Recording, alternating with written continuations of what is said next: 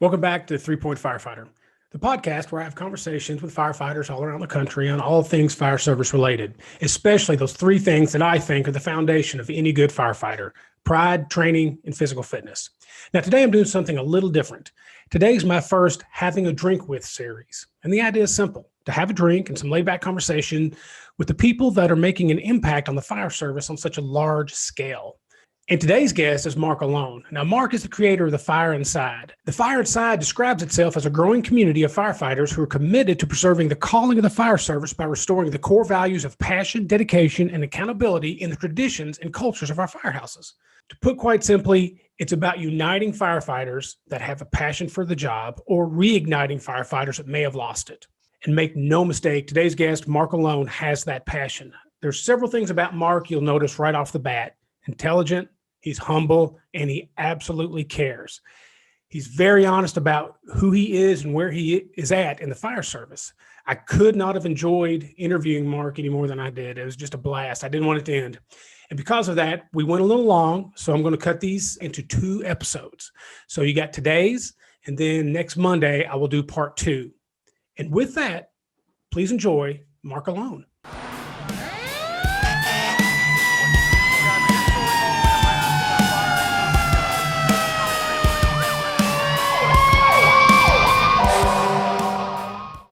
I appreciate you being here, and I also appreciate you being the first guy to do the Have a Drink series with me. So what are you drinking? So I guess I got to take my koozie off so we can see it here. I am drinking my Labatt Blue Light. Nice. I am having a Paul Lehner Hefeweizen. Oh, that's fancy for me. Oh, I'm a fancy man. You got to pick up on that. So, are you ready to get started? I think so. Cool. So one of the things about the podcast, if you didn't know, didn't already listen, I prefer people not to cuss or, use foul language. Is that okay?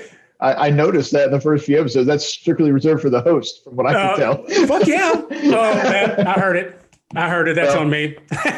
Ironically, I've had some bad teaching experiences where I was told my language is inappropriate. So I have actually toned mine back quite a bit. So I may not partake because I'm a changed man as far as the image thing goes, but knowing that I'm allowed to. I will rank mine up then to make up for lack of cussing from you. How's that?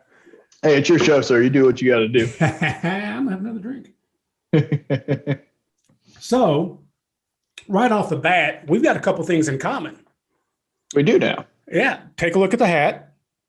Go Colonels. Go Colonels. And I tell you what, we have the same degree, I believe.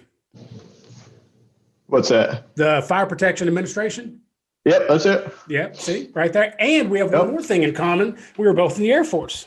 I was going to say, I think our other thing in common is that Jared Sergi doesn't like our service since he called me out on his episode. He hates the Air Force. I don't know what it is. It's funny that you noticed that, because when I sat down to read the book, I think we were going to Vegas for Firehouse World. And I was reading on the plane. I had to read that line 4 times. I'm like, he put the Coast Guard in and he left out the Air Force. I'm telling you, I hated to out him like I did publicly, but I felt like the world needed to know, because I think anybody would admit that the Air Force are the true warriors of this nation. Well, it's like I tell all the Army guys, somebody had to fly you to war. You're welcome. You could have been walking there, and then the Navy's just the Navy. So I don't even deal with that. See, you understand. It's hard to get in the Air Force. I think to get in, you got to like their Facebook page or something. Yeah, something like that. We do have that whole, what is it, like a 3-point higher ASVAB or something that kind of puts us over the top. So. Absolutely. Now, used to be anyway. What did you do in there? You said signal intelligence? Yeah, so my funny Air Force story is that I wanted to be a firefighter because I was already volunteering when I went to sign up, and my recruiter basically told me that I scored too well, and like a dumb young 19-year-old kid that was failing out of paramedic school, I believed him, because the thought of my parents killing me for failing out of school was much worse than possibly doing something else in the Air Force. So I was supposed to go to be a C-130 loadmaster, and we didn't book it fast enough. And then so he said, oh, well, you could go do the signals intelligence thing. It's kind of James Bondy stuff. It's airborne still. So I went and did that. As soon as I went to school, they stopped the airborne mission. So I was in a windowless building for 12 hours a day. But the funny part of it is that the technical school is at Goodfellow Air Force Base, which the only other technical school besides intelligence is Firefighter. So I got to watch firefighters go to school all day, and the amount of people I met in intelligence that wanted to be firefighters but got talked out of it, and the amount of people that were in the fire school that wanted to be intelligence was it was crazy. It's like everybody was in the wrong career field. So Same here. So when I went into the Air Force, most of my family were in the Air Force, and they did Russian linguists. So that's what I went to do. And so they said pick 4 jobs, and we're guaranteed to give you one of those 4. So I did Russian linguist because that's, again, my family. 2 was working on radios at Houston for NASA. And then 3 was meteorologist. And I couldn't pick the 4th. Yeah, I couldn't pick a 4th. And the recruiters were going to lunch. So they kind of hurried me up. And so the last one I looked at was fire protection specialist. And they said, oh, you won't get that. I promise you. That's just put it in there. You won't get it. 2 weeks later, I was a firefighter in the Air Force. And here you are now, right? And here I am now. I guess Uncle Sam was right. They had that much right. That's right. And matter of fact, speaking of Goodfellow, I was in one of the last firefighter classes of Champaign-Urbana and Rantoul in Illinois before they moved it to Goodfellow. Really? Okay. Yeah, that base was almost completely shut down when I went through my fire school. I got you. Yeah. Yep.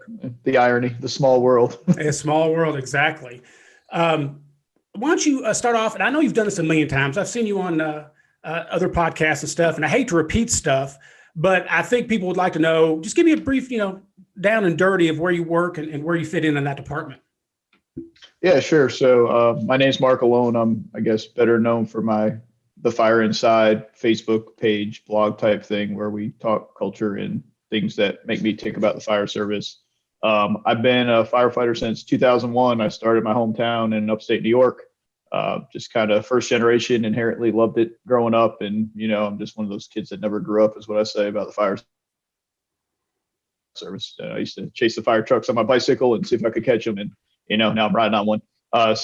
And the Air Force, like I said, I did the Air Force for 4 years, which landed me in Georgia. The irony of the Air Force with me was that they always put me on Army posts. I never once lived on an Air Force base after school. Everywhere I went was an Army post. Oh, wow. So I ended up at Fort Gordon, Georgia, because I did the NSA mission. So there's only so many places you can go.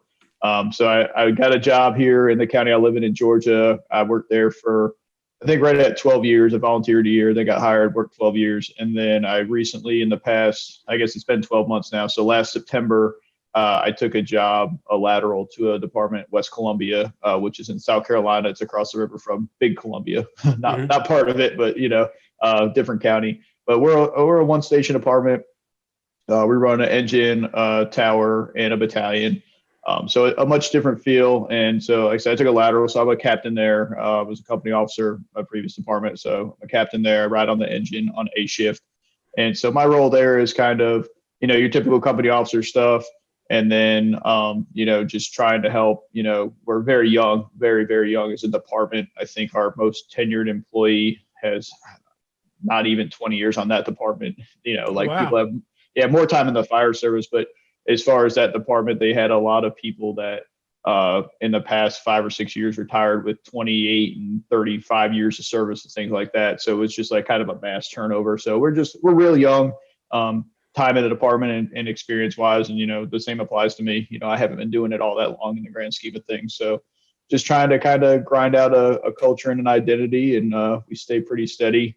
By my measurements, we average, I guess, around probably 6 or 7 calls a shift, some days less, some days more, but for a 1-station house, that's, it's not doing too bad. It's definitely not busy by most people's standards in the urban areas, but, we have a good time. We have an older community. We do a lot of medical, which, I don't really mind. I rode an ambulance for, many years as a part-time job. And, we go to some fires. We run a lot of, automatic aid with the county, Lexington County that we're in. So we see a decent amount of fire. Got a few miles interstate, so we see some stuff there. So just kind of a good variety. We have a river. So there's just a lot of opportunity to do things there. And especially being a smaller department, you just you have to have your hands in everything. There's no, tech rescue company to you, there's all these specialties, there's no, like our hazmat company comes from auto aid, the same with our rescue company. So, for that first 5 or 10 minutes, you're kind of everything. So that's been an adjustment for me and one I like. And I just think that what I've learned in a smaller department is that for better or worse, you do have more opportunity to kind of influence change a lot. So you got to kind of be careful with your influence and things like that. But no, it's been fun. I enjoy it. I've got a good group of people, and like I said, we stay steady enough where you still have time to get your training in and enjoy all the benefits of the firehouse. But, it's not so busy you lose that, and it's not so slow that you're like, oh, can we run a call already? We're sick of sitting here staring at each other. So Right. I don't know. Hopefully it's not too long-winded description of my situation, but that's no. And I tell you what, it's very similar to mine. We have 5 stations in New Albany, and we have a highway, railroad, we have river. So, we are kind of a jack of all trades too. I think probably the number one thing we do is swift water rescue because of the river. Mm-hmm.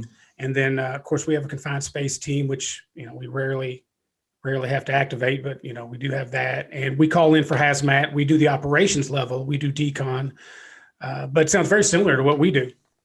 Yeah, and I think in my travels and in the classes that I've been fortunate enough to do, I think that's the average American fire department. We get real hung up sometimes on the big cities and what they do, and that's like a great, I guess, metric to kind of build yourself off of. But the average fire department in this country is, like you said, 5 or less stations, doesn't have, I think I was listening to a podcast that Dave McGrail was on today, and he was talking about how I think the guys in New York City recommend that for a high-rise fire, you got to put 100 people on the scene in like the first 10 or 15 minutes. And he was like, the average fire department can't do that, ever. There's just not the people there. So I just, that's kind of something I try to dive into with, my little bit of experience I have in the fire service compared to others. And then the stuff that I teach is just kind of realizing that sometimes there isn't anybody else coming in. Sometimes you're going to have to wear all these hats, and, that sucks because I'm of the mindset of I would rather be specialized to my unit, right? So if I ride on an engine company, I would rather be an engine person and not have to worry about ropes and ladders and VES and all stuff. But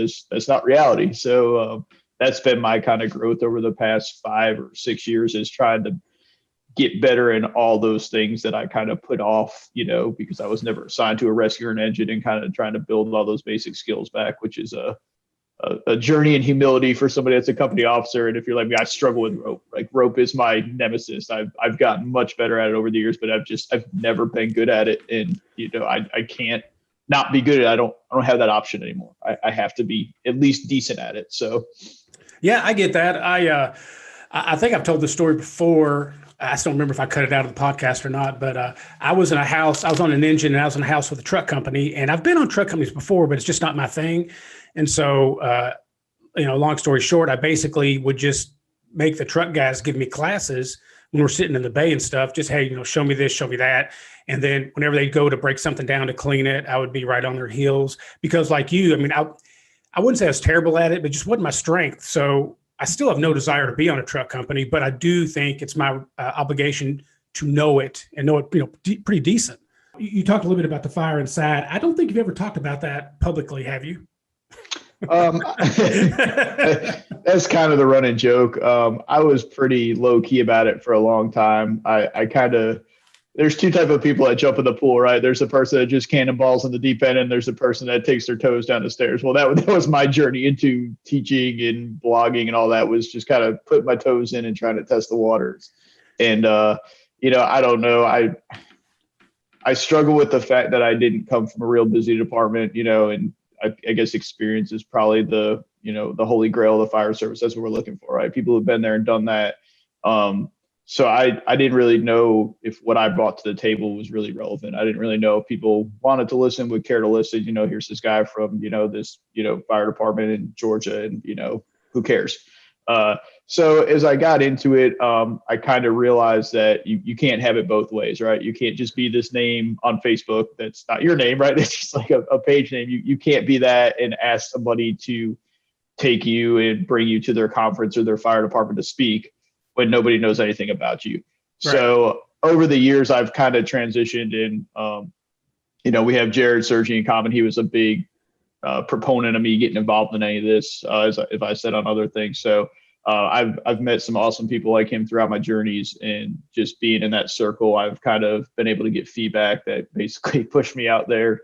And Jim McCormack, who does FDTN, I was fortunate enough to meet him at HROC. Over the years that we had met through Facebook, but we met face to face at HROC one year. And, he's been a huge mentor for me, behind the scenes. I'm able to reach out to him, send him, messages. He's published some of my stuff in their newsletter, but I remember vividly the day I talked to him because he was asking me if he could publish my work. And, he said, do you want me to put your name, or do you want me to put The Fire Inside? And I said, well, I don't really want my name on it, to be honest. I know that sounds bad. And I said, what do you think? Have you ever experienced this in Indy, as far as you're doing these things and people maybe not being too receptive? And he said, look, brother, I'm going to tell you something. When the time is right, you'll know. And I took that to heart. And there finally just came a point where I said, fuck it. But yeah, so that was when I finally just decided to dive in, and here we are. And I don't know. Some people probably could care less with what I have to say, and some people resonate with it. And maybe I'm qualified, maybe I'm not. But the reaction has been more positive than negative over the years. So I just run with it. Well, I really enjoy The Fire Inside, but and also I really like your style of writing. You really are a very good writer. And you know what? Another thing, by the way, changing the subject a little bit, you were supposed to be a keynote speaker for our Fools chapter down here in Albany. Yes, it was. Yeah. So go ahead and do your whole speech right now. So first of all, I'd like to thank. It's a real honor to be here. Hey, I'll tell you, when I was asked to do that, I like I said, I don't know. I struggle with humility, I guess, or something, or I don't know. I just don't put myself on that level, because I look at places like, they have, Mike Lombardo or Chief Isaacson or, all these big, huge, like, figures in the fire service, these keynotes. And so it's like, hey, do you want to do our keynote? I'm like, what am I going to say? Like, I don't know if I'm qualified. I'll give it my best shot. But I just think it goes back to, like I said, my roots in the fire service. I don't have that generational thing. I've always liked it. I don't have that. It's just organic for me. I've always just been fascinated with, the fire station and the equipment and, what they do, growing up. And then here I am getting to do it. And, I was, you can kind of tell on the camera, I'm not really what you would call a big dude. I'm 5 foot nothing, 170 on a good day. And, kind of go back to the truck company thing, right? I'm kind of like Rudy, right? Like, I wish I could put your heart instead of my truckies' bodies, because like, I love the truck mission. I just don't have the physique to do it, like really well, in my opinion. But yeah, so I think I was one of those people that never thought I would be doing this for a living. Everybody had always given me the reasons why I wouldn't be able to over the years. And I think that's kind of the, I guess, foundation of my writing and, the things I say. And I had a retired English teacher for a father who was in the Army, taught English, and then he went back in the Army. So I always had a really good proofreader at home. So I kind of had a cheat there, but I never really thought much about my writing, honestly. Like, I would do stuff throughout school and throughout college, and I'd get good grades on it, but I never really had that kind of feedback until I kind of put it out there. And I think the first time I really got to thinking about doing it with the fire service was when I was stationed in Germany. I was taking some classes, at night, and I had to take a speech class, and I thought speech was about language. No, it was about standing up in front of the room and public speaking. I had no idea. I was that ignorant about it, which, here we are 10 years later, right? It's making a lot of sense for me. But I would always do my speeches and my writing about fire stuff, because I was in that place where I missed the fire service. It was the first time in my life, like, I couldn't do it there. There's nowhere to volunteer. I couldn't speak a lick of German except for like beer and pretzel. Like, that's all I could get. That's all you need to know.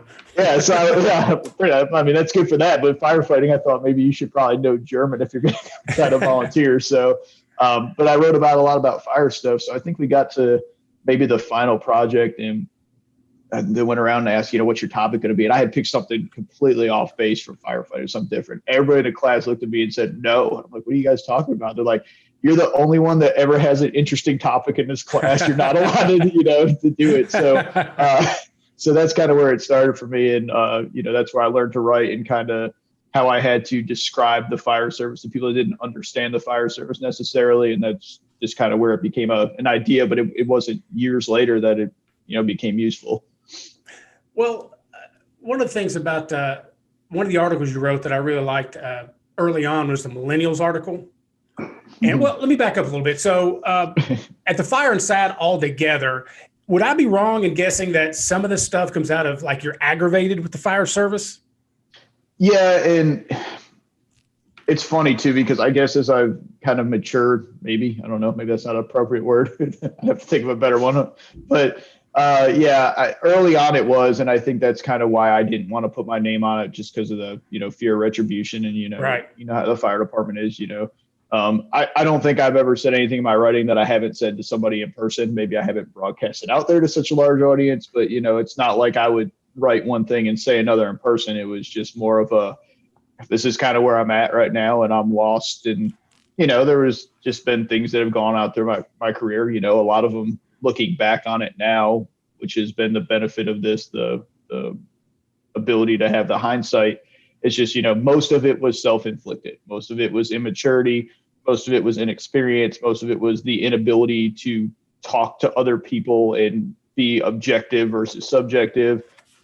And then just the normal being young in the fire service and thinking you know everything and you have all the answers, and all these people that have been there and done that don't have a freaking clue. And then one day you're that guy that everybody's looking at saying, well, you've been there and done that. You don't have a clue, right? And now you get to look back and be like, wow, you're stupid. But yeah, a lot of it was frustration. And, my first career department, I had kind of a renaissance there. I went through the first kind of half of my career there, just showing up and doing the job. And then I was put on to this outside training and conference stuff. And I kind of got a wake up call, not to bash the department, but more to bash myself of I was not where I thought I was. I thought I was really good at firefighting. And then I realized that I didn't really have a clue. I had just been lucky. I hadn't been to a lot of calls, in the big scheme of things. So as I learned more, ironically, I got more frustrated, because then it was, how do I change things locally? And so, long way of saying, I think a lot of it was from frustration early on, but I can tell you too, that a lot of what happened with the page after it kind of picked up was me speaking other people's frustration. I had a time frame there probably for a good 2 years where people would write me and say, hey, I'm having this problem in my department. I can't afford to be caught basically being the whistleblower. Could you write something that relates to this? And I'll share it, and it won't be mine, so nobody can come after me. And that happened. I was shocked when it first happened, but it would just happen more and more. And as I met people at classes and teaching and things, it kind of came to that. So some of my frustration, but quite a bit was me expressing other people's frustration on their behalf, which I thought was freaking cool. And I mean, it's kind of a responsibility, Well, since I know you do that now, I'm going to send you an email. I want you to send to my ex-wife, if that's cool. Yeah, that's fine. I hope she's in the fire service, or it probably won't make sense. But oh no, she hated that I was in the fire service. Yeah, there you go. What I'm learning now, I'm very fortunate to get to go around a little bit and also do this podcast as well, to find out that there is an ebb and flow to your fire service career. That it's exactly what you said. You come on the first couple of years, you're kind of arrogant. You kind of think you know it all. And then there's that breakover point when you realize you're not near as good as you thought you were. Yeah. And so I think a lot of mine too, I think I had a longer honeymoon phase with the fact that I was a career firefighter. It had always been my goal. But like I said, I never saw that happening. Right. Everybody told me why it wouldn't happen. I grew up in upstate New York. You pretty much had to be a paramedic to get on anywhere. And I couldn't even pass paramedic school, not because I wasn't smart enough, because my fire district was where my college was. So every time there was a call, I left school. So when it came time to test, I didn't have a clue what was going on, because again, I was arrogant, and I'd run all these med calls and I knew I didn't have a clue. And so I think when I had the opportunity to be career here, I never thought of the fact that it was, on me to improve myself. And I was at some pretty slow stations when I first started. So it was easy to just come to work. And, if you were doing anything, you were kind of doing more than the next guy. So, and, again, I've always been passionate about it. So I thought that was enough for a long time. And when I finally got to go to some stations that actually ran some calls and went to some fires, I realized real quick that, it's real easy to talk about how amazing you are when you're, on the drill pad or you're sitting in a recliner. And now when you have to run these calls for real, you just, again, you don't know what you don't know. Right. And so, and especially I think when you go outside your comfort zone and you go learn from people in other districts versus, your specific department, there's just things that you never even thought about, because maybe your department doesn't go to those type of calls often, or maybe, your department teaches this way of doing hose, or, this way of doing hydraulics. And you realize that that's not the only way. But how would you know that if you never escaped, right? And Right. why would you try to escape? Because who goes to a fire, who brings money into their fire department and says, hey, like, we're really happy to have you here. We believe that we're the best fire department in the world, but we really encourage you to go to other fire departments so you can figure out what we don't do right. Yeah. Nobody's having that conversation. No. So why, as a new firefighter, why would you think that you even needed to do that? And I try to tell my guys early on now when I get new people is that, like, go take classes, go meet other people. Like, if nothing else, just network, bring stuff back. I haven't been through firefighter one in, a long time. Like, I want to learn from you. You can teach us stuff. I still go. So, but yeah, I get where you're coming from with all that too. As far as you're never going to be the firefighter you think you could be. But I think when you don't even have that mindset to even ask that question, how could you possibly know? Right. It's like you said, that couch can be very alluring. I mean, there's places I've been where you could go to work, come to work, and sit on that couch all day long. Mm-hmm. And I've been there in that career, that part of my career where that's all I wanted to do. And it took a little bit to shake me out of that. You said earlier about being, self-inflicted. There was that time too for me where I was like, things aren't going my way because of everybody else, and it took a hard look at myself to go, things aren't going my way because I'm kind of being a lazy piece of shit. I'm thinking about, relaxing on my work day, I want to go to work tomorrow and I'll take it easy. I've worked hard today. That's kind of a sobering thing, but it also, once you realize that, you kind of fall back in love with the fire service, Yeah, I think so too. And like you said, I say this in my classes, many fire departments, you could go to work and not even change into your uniform. You could literally go to work, get in the bed and not move for 24 hours. And if you never ran a call or, none of the chiefs came by, nobody would have a clue. Right. I mean, I talk about that in my Pro-B class, that's kind of the trust you have with the community. That's the power you have as a firefighter, right? You're expected to do all these things. Nobody's coming in there. We have more freedom in our job than most jobs have. Most jobs have a boss walking around, right?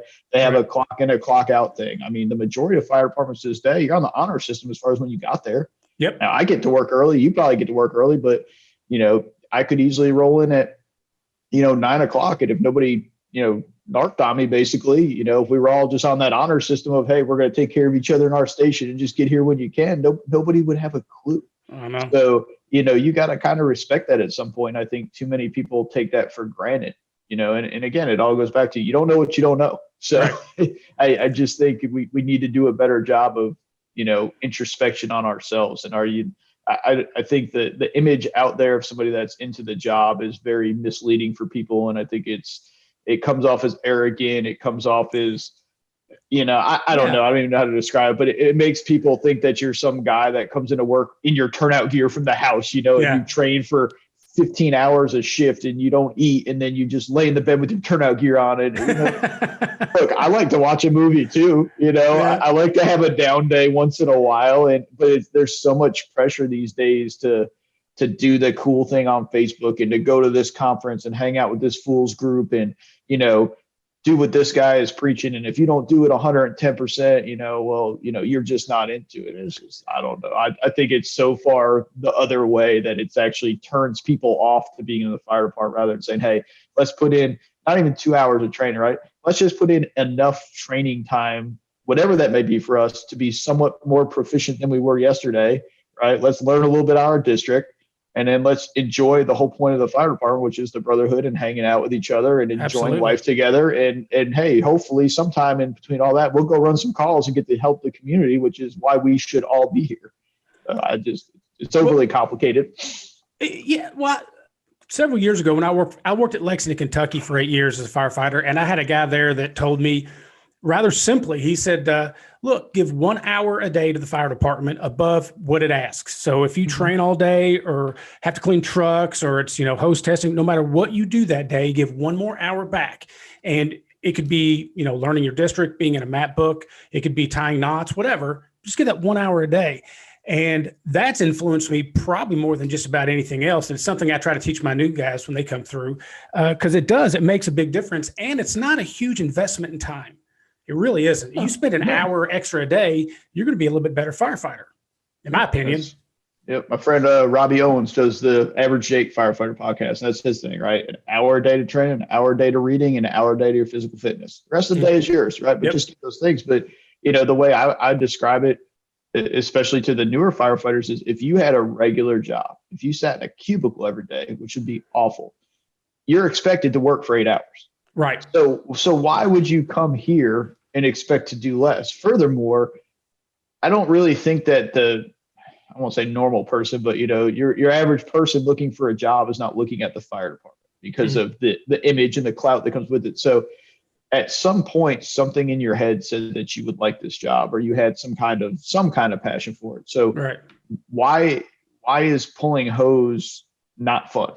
Why is throwing ladders not fun? Why is hooking up a 3-to-1 not fun? I don't understand why you would work for the fire department but only enjoy fire department related things on a call. Like I don't get that. I enjoy advancing hose. Does it work? Yeah. Is it tiring? Yeah. But it only becomes that way when you're the only person doing it, when you're doing all these things by yourself. If everybody there was into it and took turns and switched on and off, people enjoy sports, right? You go to practice for sports. Nobody complains about that. So why is it so hard at the fire department to get people invested unless we're screaming down the road, lights and sirens? What changes? I get the adrenaline dump, but the skill is the same. Right. So I could never connect those dots. Maybe somebody can, write me or call me and explain to me why it's only fun if you're on a call. It's not fun if you're in the station, because I like it all the time. I'm the same way. I love doing just about any kind of training. Now, I will, to be fair, that I have before dreaded going to training, for whatever reason, just being lazy, or I was afraid to look stupid in front of everybody. But every time I've gone to training, I've left with a great, oh, wow, that was a lot of fun. Or, hey, I learned something. I can't think of the time I left training going, well, that was a waste of my time. I've always thought that that's our job, is training, and that the actual firefighting aspect of it, or EMS aspect of it, was a side effect. That if you go to work with the mentality of, I'm getting paid to train, to do my job well. Yeah, I think it's a words thing too. And Nozzle Forward is probably the class that changed my entire career, right? That was my tipping point, going and listening to Aaron and realizing that I had absolutely no idea what I was doing with a hose at all. And but even more important, that just the things he talks about in the lecture portion before you got there, you get to play and flow, millions of gallons of water, which is fun if you're into engine stuff. Right. But, he talks about words and how we communicate, and, the way you say words is important. That's why, I always teach, I try to get away from the word change, because change implies something is wrong. And I use evolve because evolve means to improve upon. But the same thing with training to me, right? Training implies that you don't know something. It implies that you need remedial education or something, where if we called it drill, like volunteer, we always called it drill. Drill was more appealing to most people because we were just going to drill on the things we did, or we're going to go practice. Practice is a word, but we already know what we're doing. We're just going to practice to stay sharp. But for some reason, when you call it training, people automatically shut down because they think, oh, I don't need you to teach me how to do this. And then 2, it automatically turns into, well, how many hours are we going to do this for? Because now it's related to your ISO rating or your certification, CEUs or whatever. And it's not the purpose to me. The purpose of training and drilling is to get good at your job, and unfortunately we have those standards built in because we as the fire service have allowed ourselves to not do it. So now we're being forced, by third parties to do this many hours of these topics, because that's what they have decided will make it proficient, because we apparently were unable to police ourselves. And that's how I view it anyway. Right. Well, it's funny you should bring up Aaron Fields. He, November 16th, this coming Monday, is his podcast coming out. Oh, super. So nobody's even going to listen to this one. That's good. It'll only be out for like a week, and then I won't have to worry about it. Oh, no, they're going to listen to Marc Aloan. I'm bragging on this one. But, to your point, I talked to him, and he was, I made the mistake of saying the word irregardless. So words matter to that guy for sure. Oh, yeah. He's super smart. He's super smart. You know what? It's shame on me for not, I guess I was pigeonholing him when I talked to him to do the podcast, because Nozzle Forward's so big, and it really, people like you and him and Jared Sergi and all that, I call landscapers. You guys change the landscape of the fire service with the things that you teach and the things that you say. Well, with him, I was like, well, this is a nozzle forward thing. I'm going to talk to you about nozzle forward. And it took about, I don't know, 2 minutes into it. And I realized this guy is super smart. He's versed on all topics in the fire service. And we got to talking for a while. And by the end of it, I was like, man, I could do this all day. He said, well, let's do it again. So he's going to come back for a Have the Drink series with Aaron Fields because, like you said, he's so smart. He just knows so much. I realized that nozzle forward is actually kind of a small part of who he is in the fire service. So that was kind of big for me to realize that.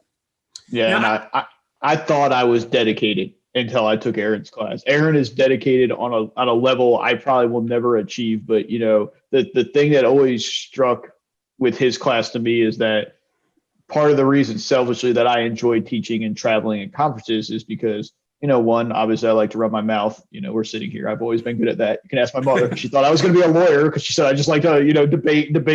But besides that, networking was the going out after the conferences, that, doing what we're doing here, having some drinks with like-minded people, shooting the shit at the bar. And what Aaron does is that not because he's unfriendly, but Aaron takes the feedback from his class and goes back to his hotel room and takes notes and figures out how to make it better for the next class. And we're all out there drinking beer, carrying on. And this man, who obviously is much better at our craft than most anybody I've ever met in my career, is in there still getting better. And I'm out here drinking beer at the bar, eating mozzarella sticks or something. So it just always struck me about him that, if you needed a role model, and there's a guy who he's so humble, doesn't even think he's a role model, but just like you said, not just his firefighting thing, but just his mentality, his drive, his leadership. Like I said, I thought highly of myself till I met somebody like that. And he's one of many people I've met throughout all this that made me realize that I have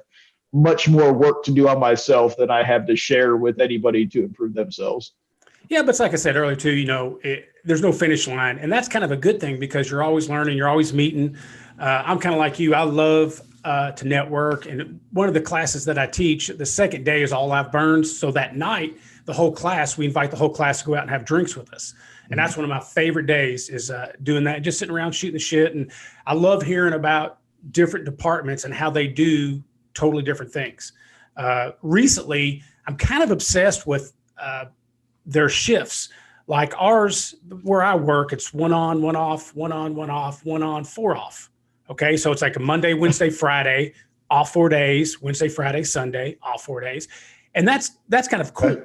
But now I've been talking to people that do, 2 days in a row, 4 days off.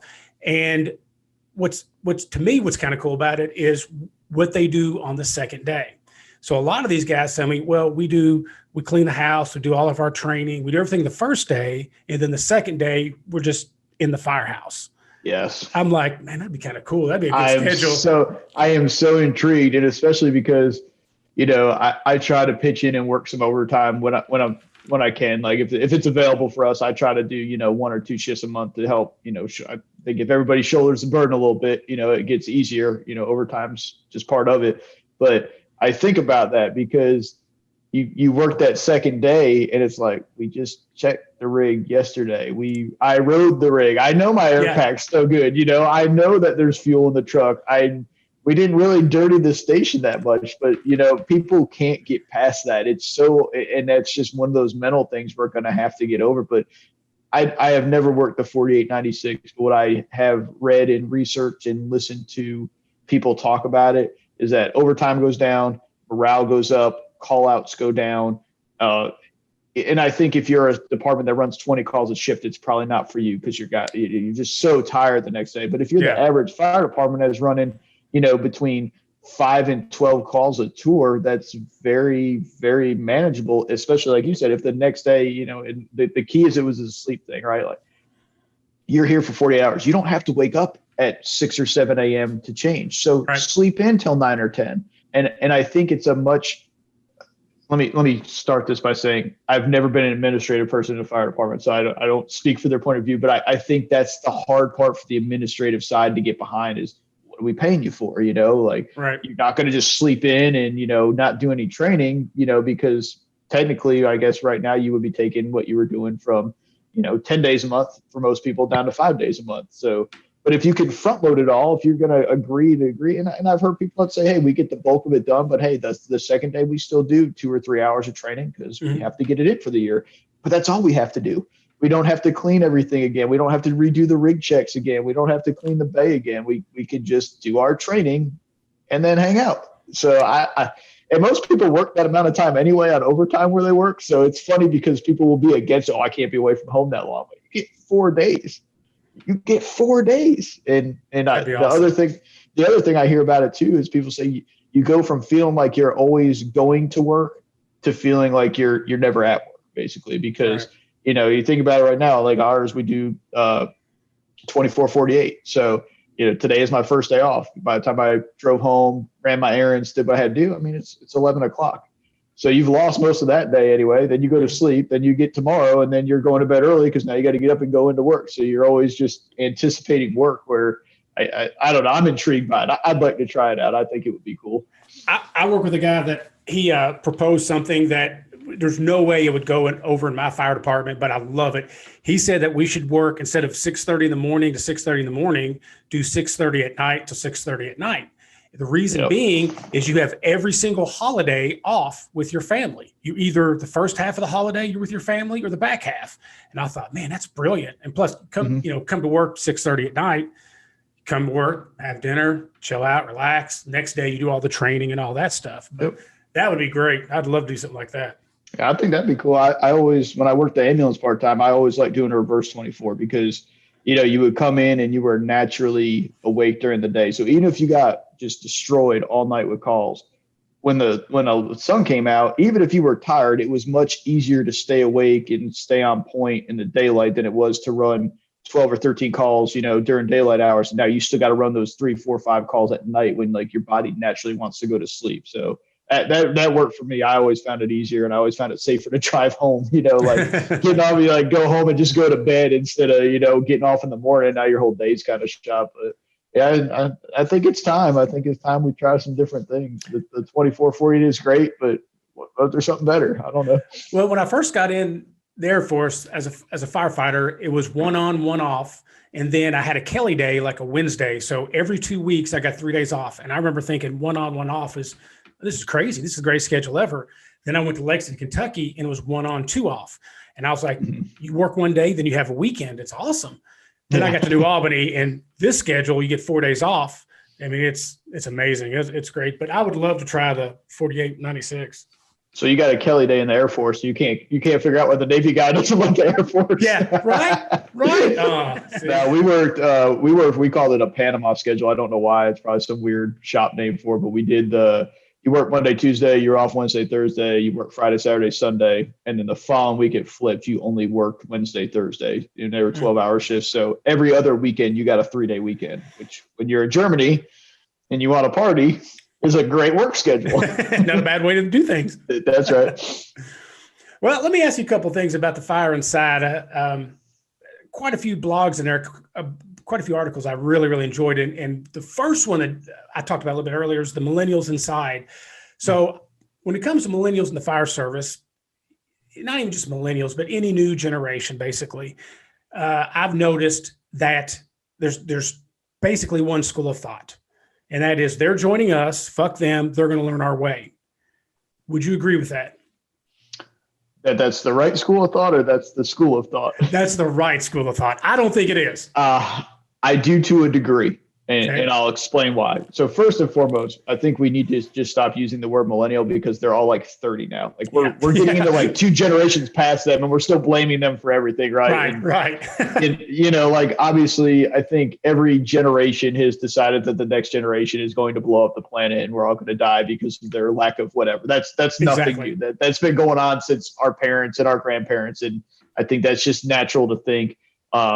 What I do say and what I teach is that we can blame ourselves because who's the same people whining about them raised that generation. Exactly. Their kids are that age. Exactly. So, I've said that before. Yes. Absolutely.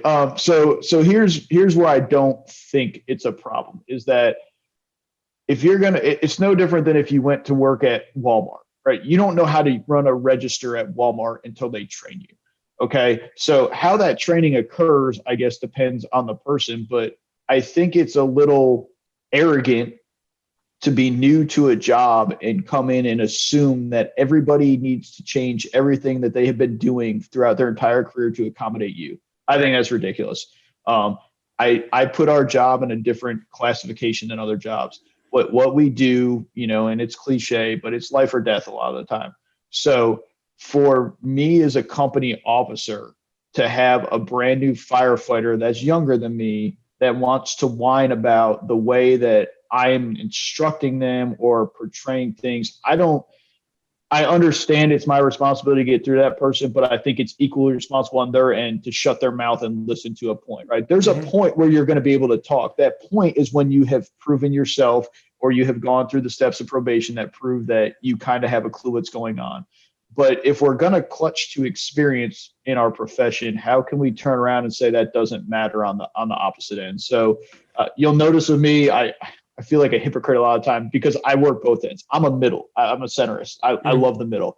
And I just think, and it's funny, I actually had this conversation with my probie yesterday. We kind of got talking about some things and he has done time somewhere else. He's not what I would call a probie, right? It's not his first gig, but he's a probie to us. He's new to us. Mm-hmm. And we got talking about, people having to do this and that and the responsibilities in the fire station and cleaning came up. And I said, I try to pitch in every now and again, if I don't have things going on or pressing, I'll try to do this or that. And he said, well, don't take this wrong, Cap. He said, but to me, if the officer is coming down and doing tasks of the entry-level firefighter, if that happens all the time, it ends up becoming an expectation of the entry-level firefighter that the officer will do it.